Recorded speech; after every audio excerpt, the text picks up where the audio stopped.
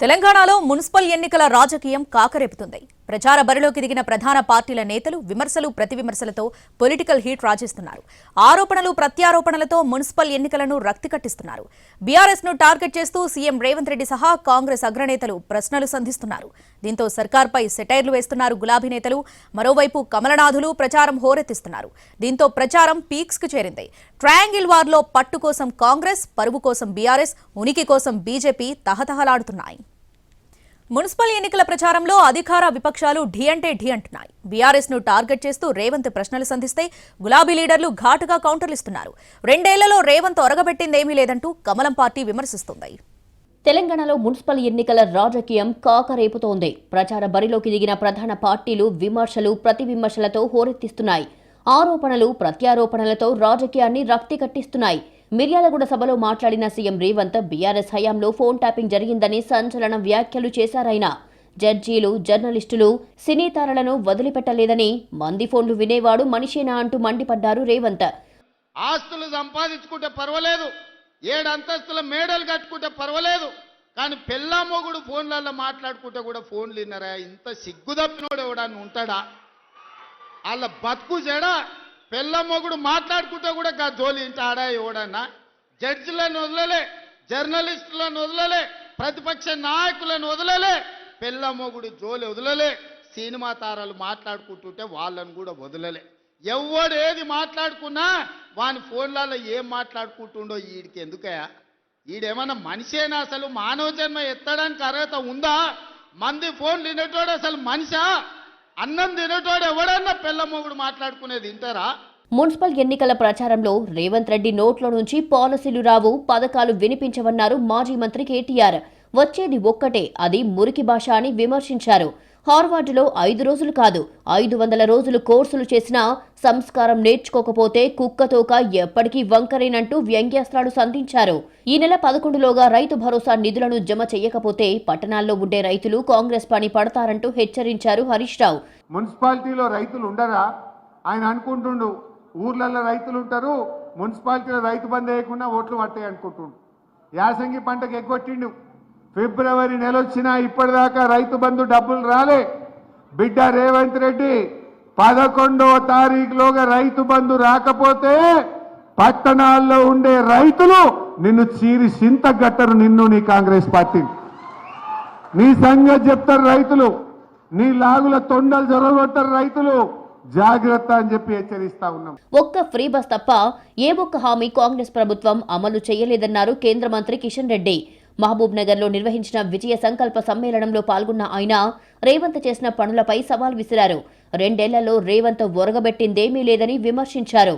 మాటలు కోటలు దాటాయి, రేవంత్ రెడ్డి గారి మాటలు కోటలు దాటాయి, పనులు పాలమూరు జిల్లాకు రావాలని సందర్భంగా పనిచేస్తా ఉన్నాను. పాలమూరు ప్రజలకు ఒక్క పరిహారం మేలు జరగదని మనం చేస్తా ఉన్నాను. నేను ముఖ్యమంత్రి రేవంత్ రెడ్డి గారిని సవాల్ చేస్తా ఉన్నాను. ఏ ఒక్కటి మీరు ఇచ్చినటువంటి హామీలు అమలు చేశారని చెప్పాలి. ఉదయం చేస్తే ఒకటి చెప్తాడు ఫ్రీ బస్. మీరు మహబూబ్నగర్కి వెళ్ళి మరి వనపర్తికి వెళ్ళండి, వనపర్తి నుంచి మహబూబ్నగర్ రాండి, మధ్యలో భోజనం లేకున్నా తిండి లేకున్నా పర్వాలేదు. కాబట్టి ఒక ఫ్రీ బస్సు తప్ప ఈ రోజు తెలంగాణలో రేవంత్ రెడ్డి ప్రభుత్వము, కాంగ్రెస్ పార్టీ ప్రభుత్వము, రాహుల్ గాంధీ ప్రభుత్వము ఒక్క హామీ అమలు చేయలేదు. పవన్ కళ్యాణ్ ప్రచారంపై ఫైర్ అయ్యారు పీసీసీ చీఫ్ మహేష్ గౌడ్. ఆయన్ని బీజేపీ నేతలు భిక్షాందేహి అని అడిగారని ఎద్దేవా చేశారు. ఆయన చెప్తే ఇక్కడి ప్రజలు ఓటు వేయరన్నారు. గతంలో తెలంగాణ గురించి పవన్ నీచంగా మాట్లాడారని గుర్తు చేశారు. కేంద్ర మంత్రులు, రాష్ట్ర నాయకుల్ని పవన్ కళ్యాణ్ కలిసి అయ్యా భిక్షాందేహి మాకొచ్చి ఓట్లు అడుగుపెట్టిన దుస్థితికి పోయినారంటే తెలంగాణలో బీజేపీ దీనస్థితి అర్థమవుతా ఉంది. పవన్ కళ్యాణ్ ఆంధ్ర నాయకుడు వచ్చి ఇక్కడ ఓట్లు అడిగితే తప్ప వాళ్ళకి ఓట్లు రాడే పరిస్థితి కనబడతలేదు. యాజ్ గా బీజేపీని తెలంగాణలో ఆదరించే పరిస్థితి లేదు. పవన్ కళ్యాణ్ గతంలో తెలంగాణ రాష్ట్రం గురించి, తెలంగాణ వ్యక్తుల గురించి, తెలంగాణ భాష గురించి, తెలంగాణ నడవడి గురించి చాలా నీచ స్థాయిలో విమర్శ చేశారు. అందుకే వారిని మేము పవన్ కళ్యాణ్ కాదు దిష్టి కళ్యాణ్ అంటాం. వారిని తెలంగాణ ప్రజలు ఆదరించరు. తెలంగాణ మున్సిపల్ ఎన్నికల్లో ట్రయాంగిల్ వార్ నడుస్తోంది. పట్టు కోసం కాంగ్రెస్, పరువు కోసం బీఆర్ఎస్, ఉనికి కోసం బీజేపీ తహతహలాడుతున్నాయి. మరి పురపోరులో ఏ పార్టీ సత్తా చాటుతుందో చూడాలి. తెలంగాణలో మున్సిపల్ ఎన్నికల రాజకీయం కాకరేపుతుంది. ప్రచార బరిలోకి దిగిన ప్రధాన పార్టీల నేతలు విమర్శలు ప్రతి విమర్శలతో పొలిటికల్ హీట్ రాజేస్తున్నారు. ఇక ఈ మున్సిపల్ ఎన్నికల ప్రచారానికి సంబంధించి పూర్తి అప్డేట్స్ అందించడానికి మా ప్రతినిధులు ఖమ్మం నుండి భూపాల్, అలాగే ఆదిలాబాద్ నుండి సారంగపాణి, కరీంనగర్ నుండి మా ప్రతినిధి భాస్కర్ అందుబాటులో ఉన్నారు. ముందుగా ఖమ్మం వెళ్దాం భూపాల్ దగ్గరికి. భూపాల్, అక్కడ మున్సిపల్ ఎన్నికల ప్రచారం ఏ విధంగా జరుగుతుంది? ప్రధానంగా ఏ పార్టీల మధ్య పోటీ నెలకొనబోతుంది? డీటెయిల్స్ ఏంటి? ఖమ్మం జిల్లా విషయానికి వచ్చేసరికి ఖమ్మం, భద్రాద్రి ఈ రెండు జిల్లాలో కలిపి 7 మున్సిపాలిటీలు, అదేవిధంగా ఒక కార్పొరేషన్ ఉంది. ఈ ఎన్నికలకు సంబంధించి మొత్తం కూడా ఇప్పుడు జరిగే అన్ని మున్సిపాలిటీలకు సంబంధించి గతంలో బీఆర్ఎస్ గెలుపొంది ఉంది. కానీ ఈసారి మాత్రం వీటన్నిటిని కూడా కాంగ్రెస్ పాగా వేయడానికి ప్రయత్నాలు చేస్తుంది. ఆ నేపథ్యంలోనే ఇప్పటికే అంటే మొత్తం జిల్లాలో అన్ని ప్రాంతాల్లో కాంగ్రెస్ పార్టీకి సంబంధించిన ఎమ్మెల్యేలు ఉన్న విషయం మనకు తెలిసిందే. ఈ నేపథ్యంలో కాంగ్రెస్ పార్టీ ప్రతిష్టాత్మకంగా తీసుకుంది. ఇటు ఏదులాపురం నుంచి అటు అశ్వరావుపేట వరకు అన్ని మున్సిపాలిటీల్లో గెలుపొందడం కోసం హోరాహోరీ ప్రచారం అయితే కొనసాగిస్తుంది. ప్రధానంగా ఎన్నికల ప్రకటనకు ముందే ముఖ్యమంత్రి రేవంత్ రెడ్డి ఏదులాపురం వద్ద, అంటే పాలేరు నియోజకవర్గం ఏదులాపురం వద్ద ఒక సమావేశం ఏర్పాటు చేసి జిల్లాలో ఉన్న అందరూ కాంగ్రెస్ క్యాడర్కి ఎన్నికలు చాలా కీలకమైనవి, మనం గెలుపొంది తీరాల్సిందే అంటూ వాళ్ళకి ఉద్బోధన చేయడం జరిగింది. అయితే ఎందుకు గెలుపొందాలి అనేది కూడా మనం ఎటువంటి అభివృద్ధి కార్యక్రమాలు చేపట్టాము అనేది కూడా వాళ్ళకి వివరించడం జరిగింది. ఈ నేపథ్యంలో అప్పటి నుంచి ఇప్పటి వరకు అన్ని నియోజకవర్గాలు అంటే ఒక ఖమ్మం కార్పొరేషన్కి సంబంధించి ఇక్కడ వచ్చే మేలో సమయం గడిచిపోతుంది. ఈ కార్పొరేషన్కి ఎన్నికలు జరగట్లేదు, మిగతా అన్నిటి కూడా ఎన్నికలు జరుగుతున్న నేపథ్యంలో గత 4 రోజుల నుంచి మంత్రి పొంగులేటి శ్రీనివాసరెడ్డి అటు ఏతులాపురం, అదేవిధంగా సత్తుపల్లి, కొత్తగూడెం, ఇల్లందు,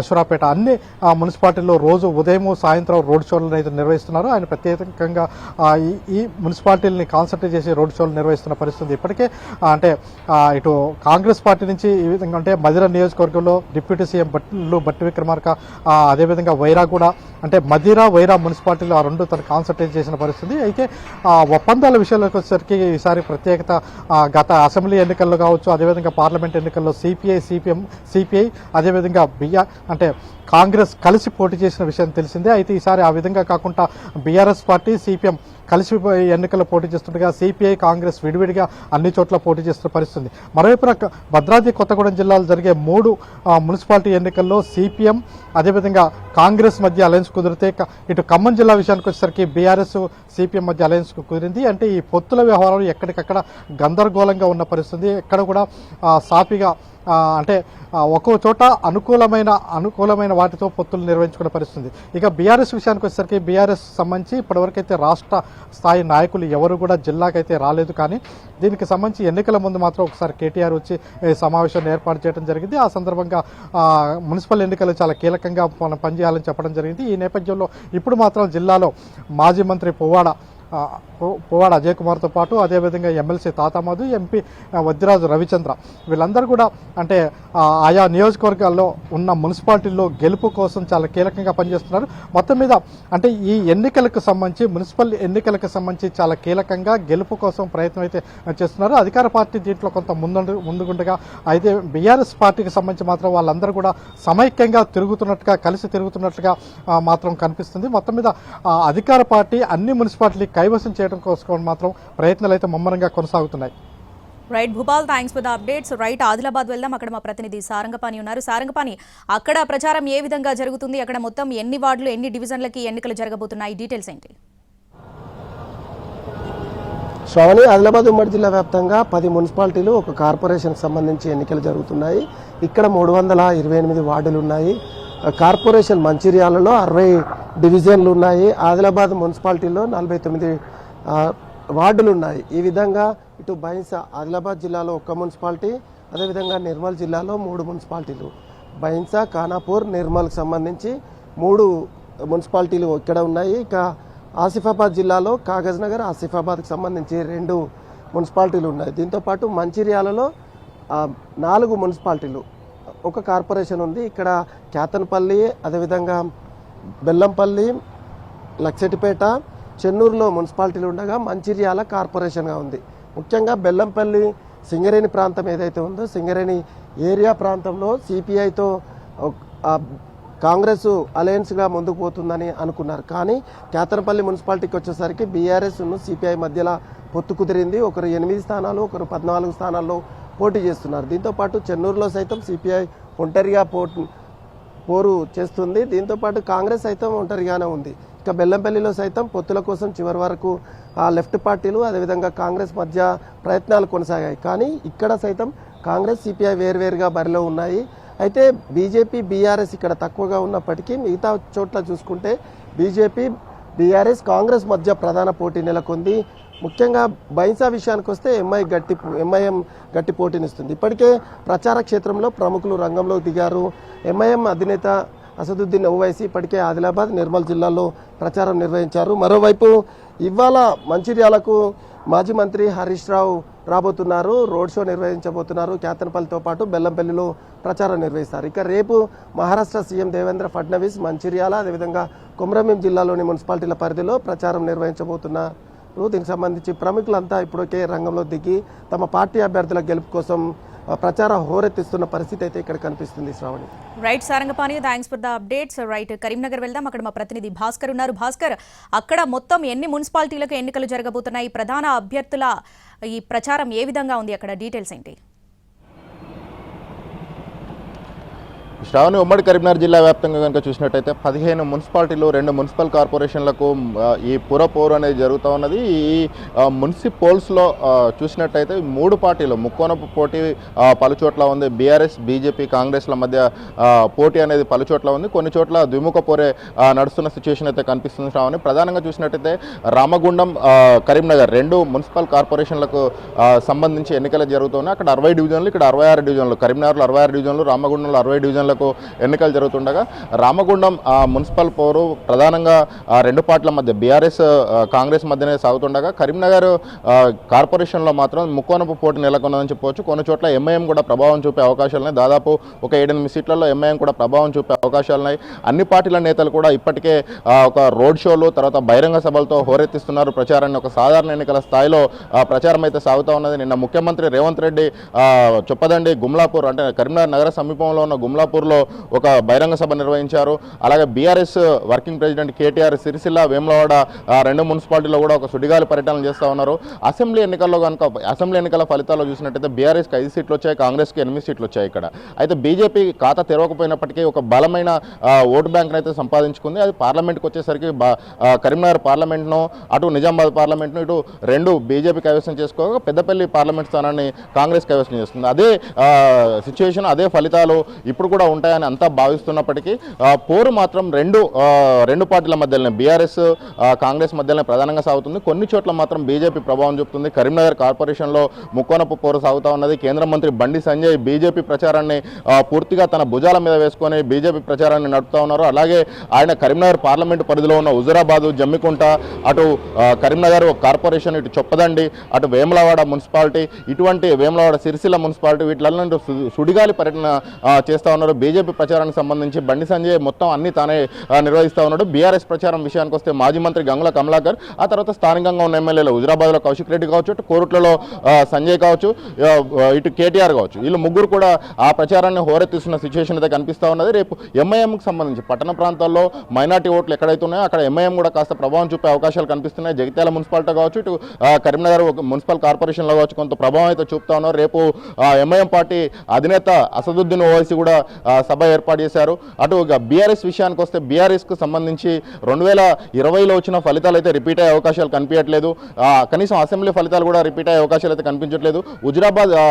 హుజురాబాద్కు సంబంధించి కనుక చూసినట్టయితే హుజురాబాద్లో ముక్కోనపు పోటీ, అసెంబ్లీ ఎన్నికల మాదిరిగా ఒక ముక్కోనపు పోటీ అయితే సాగుతూ ఉన్నది. ఈ ముక్కోనపు పోటీలో ఈటెల రాజేందర్ ఇటువైపు అయితే కన్నెత్తి చూడడం లేదు. ఈటెల రాజేందర్ ప్రభావం ఏ మేరకు ఉంటుంది అనేది చూడాలి. అటు బీఆర్ఎస్ ఎమ్మెల్యేలకు ఒక జీవన్మరణ సమస్య ఉంది. ఇటు అధికార కాంగ్రెస్ పార్టీ ఎమ్మెల్యేలు తమ పట్టును కొనసాగించడానికి, తమ పట్టును నిరూపించుకునేందుకు అధికార కాంగ్రెస్ పార్టీ నేతలు శ్రమిస్తుండగా బీఆర్ఎస్ ప్రజల్లో ఉన్న సానుకూలతను, ప్రజల్లో ఉన్న ప్రభుత్వం పట్ల ఉన్న వ్యతిరేకతను క్యాచ్ చేసుకోవాలని చెప్పేసి బీఆర్ఎస్ భావిస్తున్నప్పటికీ దానికి బీజేపీ రూపంలో కొన్ని అడ్డంకులు అయితే ఎదురవుతున్న సిచ్యువేషన్ అయితే కనిపిస్తూ ఉంది. శ్రావణి, మొత్తంగా చూసినట్టయితే మరో 3 రోజులు ప్రచారానికి సమయం మిగిలి ఉండగా ఇప్పటికే అన్ని ప్రధాన పార్టీలు ఒక సాధారణ ఎన్నికలను తలపించే విధంగా ఇక్కడనైతే ప్రచారాన్ని హోరెత్తిస్తూ ఉన్నాయి. ఇప్పటికే నాయకుల రోడ్ షోలు, కార్నర్ మీటింగ్లు, బహిరంగ సభలు, ఇంటింటి ప్రచారాలతో మొత్తం అన్ని పట్టణాలు, నగరాలు కూడా హోరెత్తిపోతున్నాయని చెప్పవచ్చు. రావని. రైట్ భాస్కర్. ఇక ఉమ్మడి నిజామాబాద్ జిల్లాలో మున్సిపల్ ఎన్నికల ప్రచారం ఊపందుకుంది. గెలిపే లక్ష్యంగా ప్రధాన పార్టీల అభ్యర్థులు ఇంటింటి ప్రచారం చేస్తున్నారు. తమ పార్టీ అభ్యర్థులకు మద్దతుగా ఆయా పార్టీలకు చెందిన ఎమ్మెల్యేలు, మాజీ ఎమ్మెల్యేలు ప్రచారం నిర్వహిస్తున్నారు. జుక్కల్ ఎమ్మెల్యే లక్ష్మీకాంతారావు తమ పార్టీ కాంగ్రెస్ అభ్యర్థులకు మద్దతుగా డోర్ టు డోర్ క్యాంపెయిన్ చేస్తున్నారు. రేపు పీసీసీ అధ్యక్షుడు మహేష్ కుమార్ గౌడ్ పార్టీ అభ్యర్థులకు మద్దతుగా ప్రచారంలో పాల్గొననున్నారు. ఉమ్మడి నిజామాబాద్ జిల్లాలో 238 వార్డులు, డివిజన్లలో ప్రచారం జరుగుతుంది. ఇక మరింత సమాచారం మా ప్రతినిధి బాలకుమార్ అందిస్తారు. మున్సిపల్ ఎన్నికల్లో ప్రచార పర్వం ఊపందుకుంది. నామినేషన్ల ఉపసంహరణ అనంతరం మున్సిపాలిటీలో పోటీలో ఉన్న అభ్యర్థుల లెక్క తేలింది. దీంతో అభ్యర్థులందరూ కూడా ప్రచారాలపై ఫోకస్ పెంచారు. ఇక ఉమ్మడి నిజామాబాద్ జిల్లాలో ఒక కార్పొరేషన్తో పాటు 7 మున్సిపాలిటీలు ఉన్నాయి. 7 మున్సిపాలిటీల పరిధిలో కూడా కాంగ్రెస్, బీజేపీ, బీఆర్ఎస్ సంబంధించిన కీలక నేతలు అభ్యర్థులకు మద్దతుగా ప్రచారం నిర్వహిస్తున్నారు. ఇక ప్రస్తుతం నిజామాబాద్ కార్పొరేషన్ పరిధి చూసుకుంటే కార్పొరేషన్లో 60 డివిజన్లు ఉండగా 60 డివిజన్లో దాదాపుగా 350 మంది అభ్యర్థులు తమ అదృష్టాన్ని అయితే పరీక్షించుకున్నారు. ప్రధాన పార్టీలతో పాటు స్వతంత్ర అభ్యర్థులు కూడా ఇక్కడ పెద్ద సంఖ్యలో బరిలో ఉన్నారు. ఇక ఆర్మూర్ మున్సిపాలిటీ పరిధి చూసుకుంటే దాదాపు 36 వార్డులకు 153 మంది అభ్యర్థులు ఉన్నారు.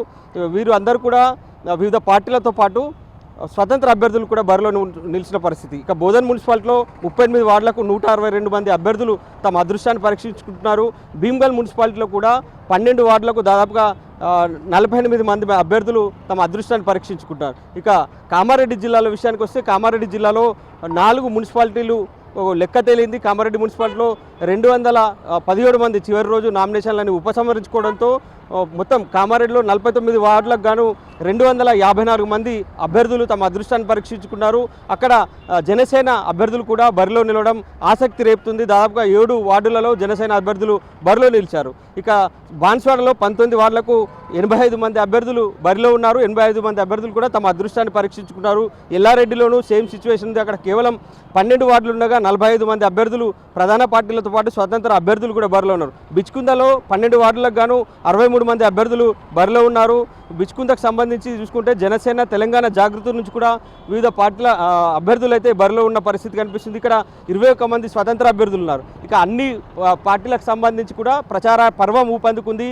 నిజామాబాద్ నగరంలో అయితే ఇవాళ ఎంపీ ధర్మపురి అరవింద్ బీజేపీ అభ్యర్థులకు మద్దతుగా ప్రచారం నిర్వహించారు. ఇక ఇవాళ నుంచి రేపటి నుంచి పీసీసీ అధ్యక్షుడు ప్రచార పర్వంలోకి దిగుతున్నారు. 2 రోజుల పాటు ఆయన కాంగ్రెస్ అభ్యర్థులకు మద్దతుగా ప్రచారం నిర్వహిస్తారు. ఈ నెల 6న ముఖ్యమంత్రి కూడా భారీ బహిరంగ సభ ఏర్పాటు కోసం నిజామాబాద్కు రానున్నారు. ఇక్కడే మున్సిపల్ ఎన్నికలకు సంబంధించి బహిరంగ సభలో ఆయన పాల్గొంటారు. ఇక కామారెడ్డి జిల్లా విషయానికి వస్తే బిచ్కుంద మున్సిపాలిటీ కొత్తగా ఏర్పాటైంది. బిచ్కుంద మున్సిపాలిటీలో ఖచ్చితంగా తమ జెండా ఎగురవేయాలని ప్రధాన పార్టీలు అయితే కంకణం కట్టుకున్నాయి, విస్తృతంగా ప్రచారం నిర్వహిస్తున్నాయి. బిచ్కుంద మున్సిపాలిటీ పరిధిలో ఎమ్మెల్యే తోట లక్ష్మీకాంతరావు విస్తృతంగా ప్రచారం చేస్తున్నారు. ఇంటింటి ప్రచారం అయితే నిర్వహించారు. ఇటు కాంగ్రెస్తో పాటు బీజేపీ, బీఆర్ఎస్ కూడా ఈ ఎన్నికని ప్రతిష్టాత్మకంగా తీసుకొని ప్రచారం అయితే నిర్వహిస్తున్నారు. ఇంటింటి ప్రచారం నిర్వహిస్తున్నారు.